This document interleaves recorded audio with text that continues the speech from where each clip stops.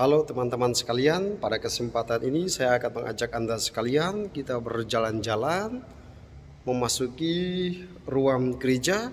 Kita akan lihat sejenak apa saja yang ada di dalam ruang gereja, khususnya gereja Katolik.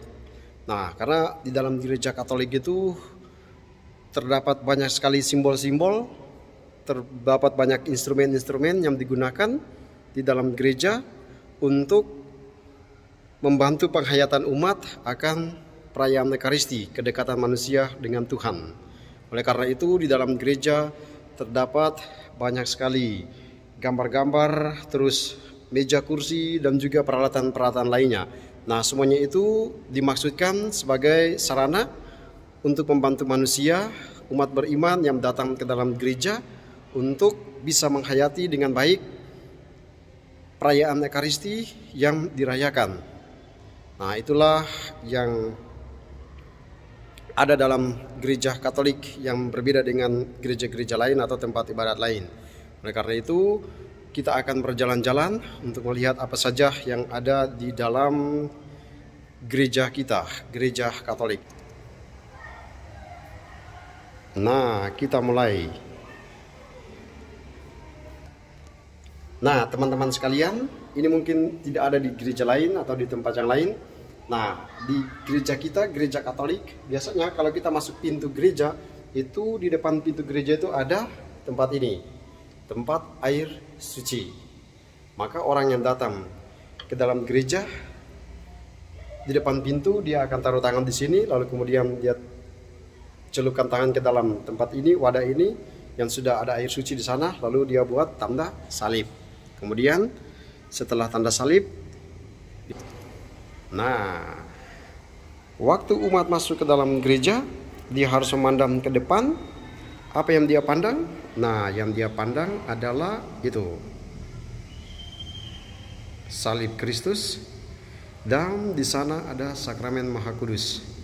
Oleh karena itu, umat yang datang dia harus berlutut terlebih dahulu. Jadi dia harus berlutut terlebih dahulu atau membungkuk sambil melihat ke depan, karena di depan sana ada sakramen Maha Kudus, ada salib. Maka umat harus datang ke dalam gereja menunjukkan sikap sopan santunnya, karena dia sementara masa dalam rumah Tuhan. Oleh karena itu dia menundukkan kepala, cara pertama, atau cara kedua dia berlutut, lalu dia buat tanda salib. Kemudian dia akan mencari tempat duduk yang tersedia. Nah, tampak seperti ini tempat duduk. Nah, ini adalah tempat duduk umat beriman. Nah, tempat duduknya seperti ini. Nah, yang membedakan dengan gereja lain atau membedakan dengan tempat yang lain adalah di gereja Katolik, bangku umat itu ada tempat berlututnya. Nah, tampak seperti ini. Nah, ini tempat berlututnya. Tampak seperti ini. Oke, ini tempat berlututnya ya. Saya akan simulasikan seperti ini.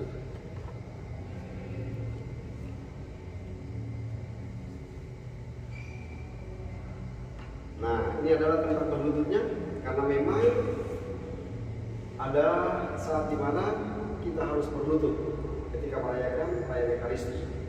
Ada saat dimana kita berdiri, ada saat dimana kita duduk. Maka pada saat duduk ya kita duduk, pada saat berdiri, tapi pada saat berlutut ya kita berlutut. Maka disediakan tempat berlutut di dalam setiap gereja Katolik. Nah, ini adalah tempat berlututnya.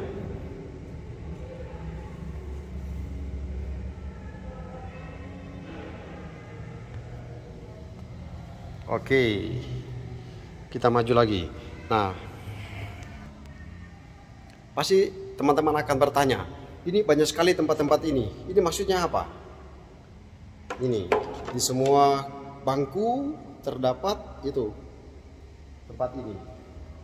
Nah, tempat ini adalah tempat untuk menaruh kolekte kita. Jadi, pada saat kolekte umat memasukkan persembahannya di sini berupa uang di tempat ini, lalu digeser ke ujung sebelah sana, lalu dikumpulkan, kemudian dibawa ke belakang sana, disatukan, kemudian dibawa ke depan altar sebagai doa dan persembahan dari umat. Nah, itu maksudnya. Oke, kita berjalan lagi menuju ke depan. Nah, di depan ini kita lihat banyak sekali simbol-simbolnya, banyak sekali instrumen-instrumennya. Pertama, kita lihat ke atas dulu. Ada salib Kristus. Nah, tampak seperti ini salib. Pengorbanan Kristus nampak dalam salib. Melalui penderitaan Kristus, umat manusia diselamatkan.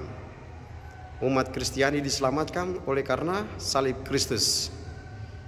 Maka salib menjadi pusat. Nah, salib yang menjadi pusat itu, yang menjadi lambang, menjadi pengorbanan Kristus itu menebus dosa umat manusia, dirayakan dalam perayaan Ekaristi. Maka harus ada meja kurban di sini yang kita kenal dengan altar. Altar adalah tempat di mana mempersembahkan Ekaristi, mempersembahkan peringatan akan kenangan Kristus ketika dia merayakan Ekaristi pertama kali bersama dengan para muridnya. Mereka makan bersama-sama. Yesus katakan apa? Lakukanlah ini sebagai kenangan akan daku. Nah, maka altar adalah tempat di mana kurban Ekaristi dirayakan dan dipersembahkan di sana. Di atas altar inilah peristiwa konsekrasi terjadi, di mana terjadi perubahan dari roti dan anggur menjadi tubuh dan darah Kristus. Nah, ini adalah altarnya. Nah, setelah tubuh dan darah Kristus itu dikonseklir di tempat ini, dipersembahkan di tempat ini, nanti sebentar kita masuk lagi ke sini, akan disimpan di tempat ini. Lemari ini namanya adalah tabernakel. Tabernakel adalah tempat untuk menyimpan tubuh Kristus yang sudah dikonsekrir dalam perayaan Ekaristi. Lalu dalam setiap altar itu selalu ada lilin. Nah, lilin dalam posisi menyala ketika perayaan Ekaristi. Lalu kemudian karena Ekaristi atau misa merupakan sebuah perayaan iman, maka dia juga harus ditata dengan rapi. Harus ditaruh bunga-bunga seperti ini supaya memang Ekaristi sungguh-sungguh menjadi sebuah pesta, menjadi sebuah perayaan. Itu. Ini bagian depannya. Lalu kita maju lagi, kita akan melihat, nah di sini. Nah, di sini ada kursi-kursinya atau bangkunya. Ada bangku yang disediakan di depan ini adalah bangku untuk romo atau pastor atau imam. Di samping kiri dan kanan ini juga disediakan untuk misdinar atau ada romo yang konselebran bisa duduk di tempat ini. Lalu kita bisa melihat lagi di sebelah sini. Nah, ini adalah kursi untuk para misdinar, para pelayan, putra-putri altar. Nah, yang menarik lagi bahwa dalam setiap gereja Katolik selalu ada patung-patung. Nah, kita lihat di sebelah sana ada patung Bunda Maria. Oke.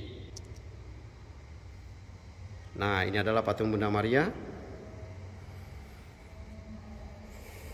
Ini adalah patungnya, patung Bunda Maria. Lalu di sebelahnya lagi ada patung Hati Kudus Yesus. Nah, tampak seperti ini. Di sebelah sini juga ada bangku untuk para misdinar. Oke, kita ke belakang lagi untuk melihat. Nah, dari sisi ini kita bisa melihat bahwa ada beberapa mimbar. Ini kira-kira ada 3 mimbar, satu di belakang sana, satu di sini, dan satu di sini.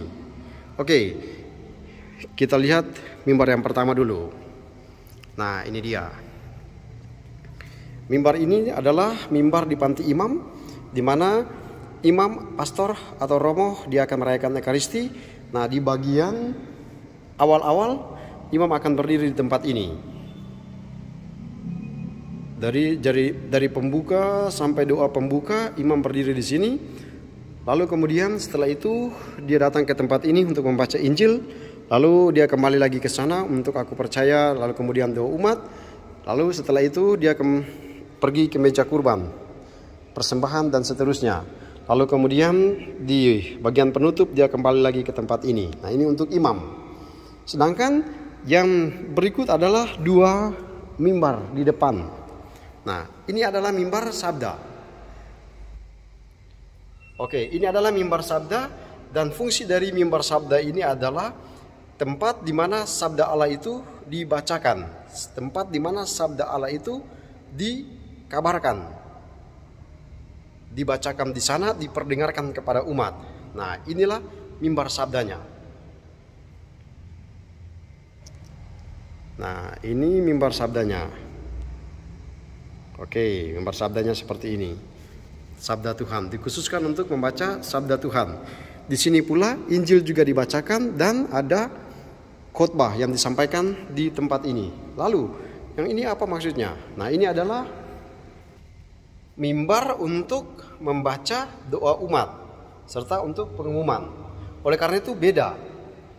Di meja yang sana, di mimbar yang itu dikhususkan untuk membaca sabda Tuhan. Oleh karena itu tidak boleh kita baca pengumuman di situ atau kita buat pidato di situ, kita buat kata sambutan di situ. Nggak boleh, karena di situ memang dikhususkan untuk sabda Allah.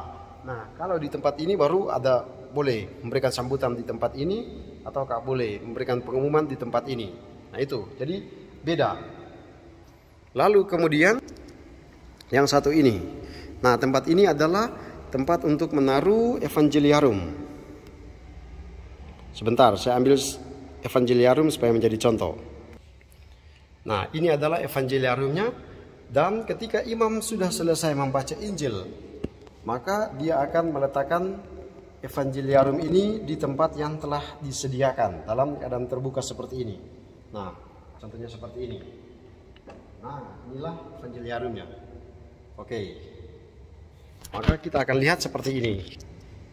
Nah, tampak evangeliarum sudah diletakkan pada tempatnya. Setelah itu kita masuk lagi untuk melihat. Nah, ini ada belnya. Nah, ini untuk perayaan Ekaristi ketika pada saat konsekrasi. Ketika imam mengatakan inilah tubuhku yang diserahkan bagimu, maka barang ini akan dibunyikan seperti gini. Treng, treng, treng. Nah, itu. Untuk sekali lagi ini semua adalah instrumen sarana untuk membantu umat beriman menghayati perayaan Ekaristi yang dirayakan. Lalu di sini juga ada gong besar di sini dibunyikan pada saat konsekrasi. Nah, itu. Lalu kemudian kita lihat salah satu hal yang menarik dalam setiap gereja Katolik adalah ini. Ada stasiun Jalan Salib seperti ini. Nah, stasiun Jalan Salib ini ada 14. Dari perhentian pertama, mulai dari perjalanan dari rumah Pontius Pilatus menuju ke puncak Kalvari, lalu kemudian di perhentian yang ke-14 Yesus dimakamkan. Nah, ini adalah sarana untuk memahami tentang peristiwa sengsara Tuhan kita Yesus Kristus yang melalui peristiwa salib itu menyelamatkan umat manusia. Oke.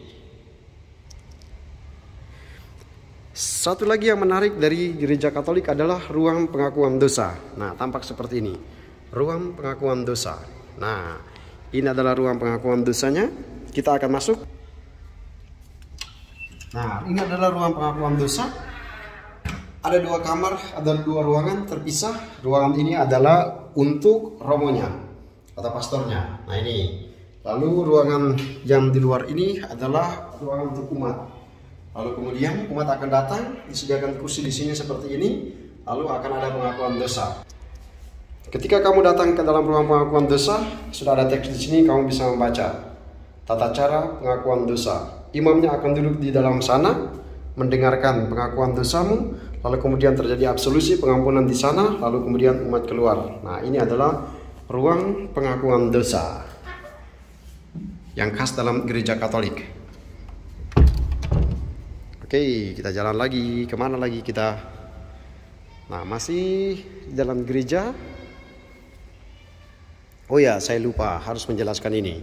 Bahwa di tempat ini, mulai dari trap pertama sampai ke atas sana, ini disebut dengan panti imam, tempat yang kudus. Tidak boleh sembarang orang naik ke atas tempat ini.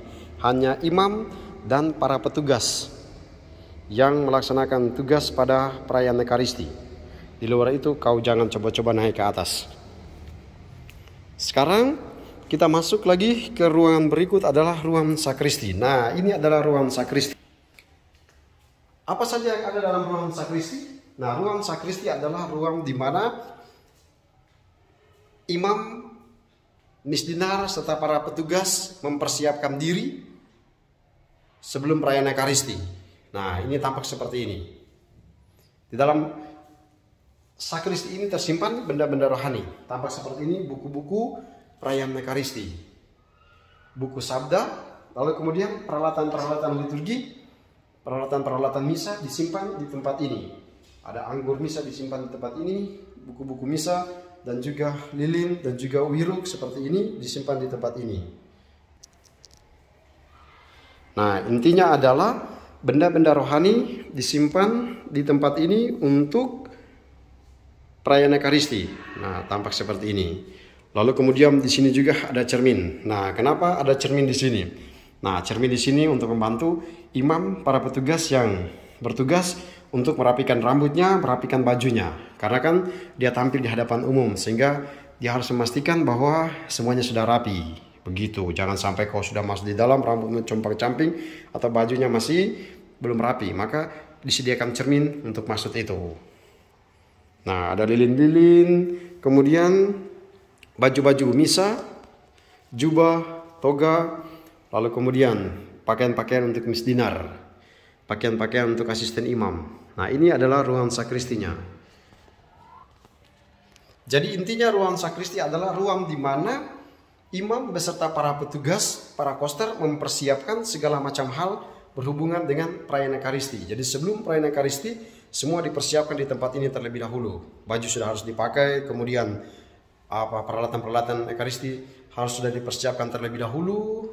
Lalu ada briefing sebentar di situ juga kalau masih bisa. Nah itu. Nah, ini adalah ruang sakristinya. Tampak juga disimpan air suci dan lain-lain sebagainya. Oke, ini adalah ruang sakristi.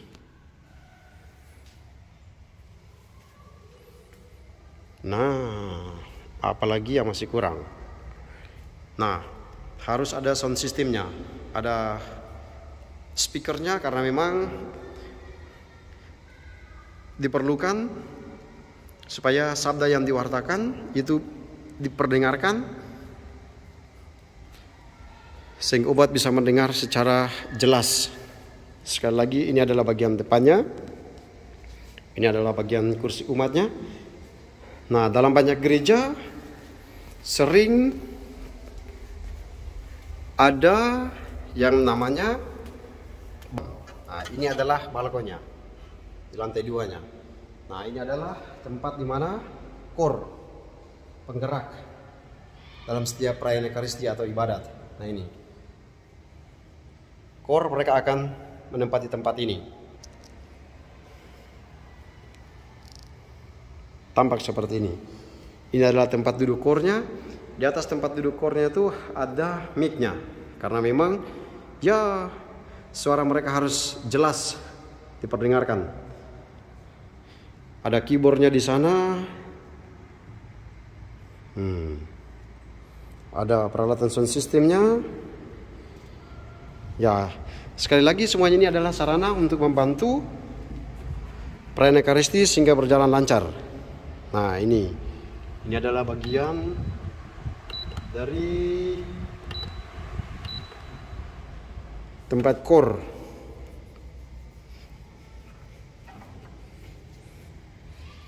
Nah, dari sini kemudian kita bisa melihat gereja secara utuh, tampak seperti ini.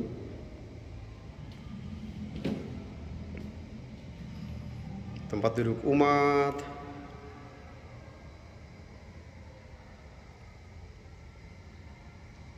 panti imam, dan simbol-simbol apa saja yang ada dalam gereja.